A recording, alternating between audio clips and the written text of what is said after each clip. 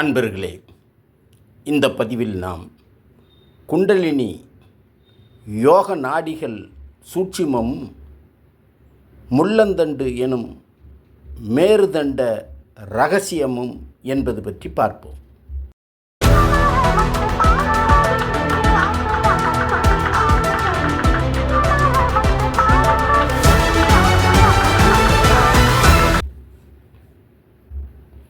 ஒரு மனித உடலில் எண்ணற்ற நாடிகள் இருக்கிறது.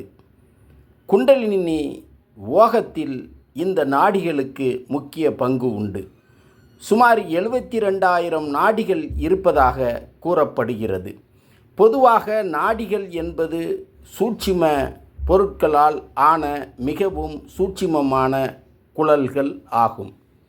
இந்த நாடிகள் நாம் அறியக்கூடிய நரம்புகளோ அல்லது இரத்த நாளங்களோ அல்ல.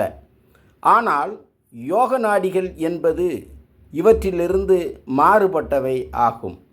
உடலில் நரம்புகள், நாடிகள், நாளங்கள் ஆகியவை கூடும் இடத்தினை முடிச்சு என கூறுவர். இந்த முடிச்சானது கழுத்தில், தோளில், முதுகெலும்பில், கீழ் இடுப்பில், இதயத்தில், உணவு குழலில், ஈரலில், மூத்திரப்பையில், மலக்குடலில் என பல இடங்களில் இருக்கிறது.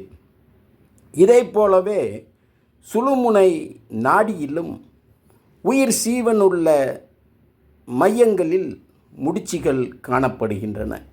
அவைகள் சக்கரங்கள் எனப்படுகின்றன. எல்லா நாடிகளும் கண்டத்தில் இருந்தே தொடங்குகின்றன. நாடிகள் பல இருந்தாலும் முக்கியமான நாடிகள் 14 என கூறப்படுகிறது. அவை சுழுமுனை நாடி, இடகலை நாடி, பிங்களை நாடி, காந்தாரி நாடி, அத்தாசிச்வை நாடி, குஹு நாடி, சரஸ்வதி நாடி, பூசை நாடி, சங்கினி நாடி, பயஸ்வினி நாடி, வாருணி நாடி, அலம்பூசை நாடி,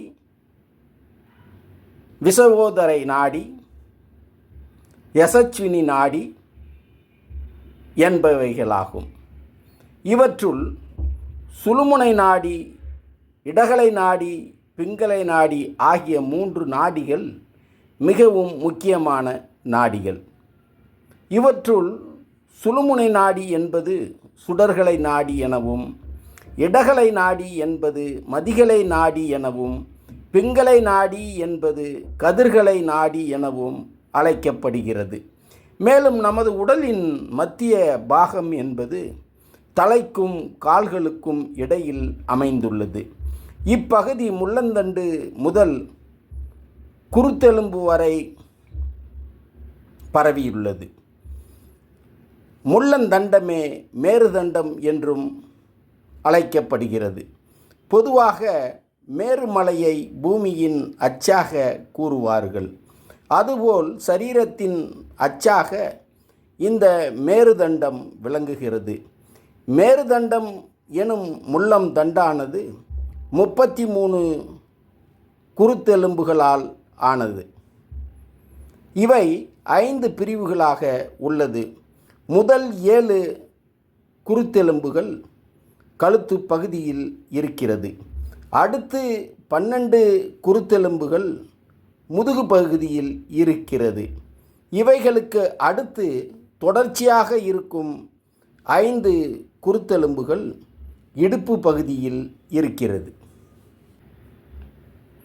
மீதமுள்ள 4 குருத்தெலும்புகள் ஒழுங்கான அமைப்பில் இல்லாமல் இருந்தபோதிலும் அவை முதுகெலும்பின் கீழ்ப்பகுதியாக உள்ளது. இவை ஒன்றோடு ஒன்று இணைந்து வளைந்த முனைகளுடன் காணப்படுகின்றன. இது ஒரு பட்டுக்கயிறு போன்று குவிந்து முடியும். இது முடியும் முன்பாக இதிலிருந்து பல நரம்புகள் செல்லுகின்றன. இந்த நரம்பு குழுமம் தூள உடம்பாகிறது. அடுத்து சுழுமுனை நாடி. இந்த நாடியானது மூலாதாரத்தில் தொடங்கி பிரம்மந்தரம் வரை பரவியுள்ளது. இந்த நாடி சிவந்த நிறம் உடையது. வச்சிரை என்று ஒரு நாடி இந்த சுழுமுனையில் உள்ளது. இது ஒளிரும் தன்மையுடையது, இராட்சச குணம் கொண்டது. மேலும் இந்த நாடியின் உள்ளே சித்திரை என்ற மற்றொரு நாடியும் உள்ளது. மங்கலான வெள்ளை நிறத்தை உடையது இந்த நாடி. இது சாத்வீக குணம் உடையது. இந்த சித்திரை நாடிக்கு என கால்வாய் போன்ற அமைப்பு உள்ளது. இந்த நாடியின் மூலம்தான் குண்டலினி எழுப்பப்பட்டதும் மூலாதார சக்கரத்தில் இருந்து சிரசுக்கு செல்கிறது. இந்த நாடி பாதையில் 6 சக்கரங்கள் உள்ளது. அவை மூலாதாரம், சுவாதிட்டானம், மணிப்பூரகம், அநாகதம், விசுத்தி, ஆக்ஞை எனப்படுகிறது. பிரம்மதுவாரம் என்பது சித்திரை நாடியின் அடிமுனை பகுதியாகும். இதன் வழியாகத்தான் குண்டலினி தலைப்பகுதியில் உள்ள பிரம்மரந்தத்திற்கு செல்கிறது. அடுத்து இடகலை, பிங்களை நாடிகள். இவற்றில் இடகலை நாடியானது இடது நாசி துவாரத்தின் மூலமும், வலகலை அல்லது பிங்களை நாடியானது வலது நாசி துவாரத்தின் மூலமும் பாய்கின்றன. இடகலை நாடியை சந்திர நாடி என்றும் பிங்களை நாடியை சூரிய நாடி என்றும் கூட அழைக்கப்படுகிறது.